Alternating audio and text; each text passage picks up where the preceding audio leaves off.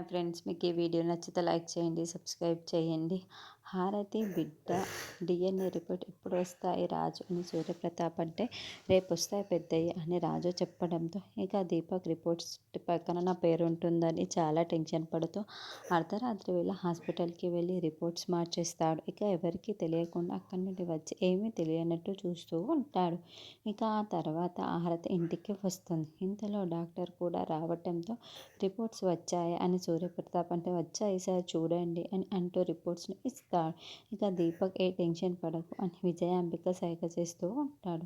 Surya Pratap reports చూసి ఆ బిడ్డకు తండ్రి దీపకే తేలింది అని అరుస్తూ ఉంటే దాంతోపాటు అందరూ కూడా షాక్ అవుతూ చూస్తూ ఉంటారు.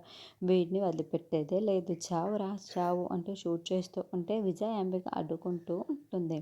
పెద్దయ్య హారతి తండ్రి జీవనేమో మాకు అని అనుమానం ఉంది అని రాజు అంటే సూర్యప్రతాప్ జీవన్ ఇద్దరు షాక్ అవుతూ ఉంటారు. ఇక హారతి కూడా షాక్ అవుతూ టెన్షన్ పడిపోతూ ఉంటుంది.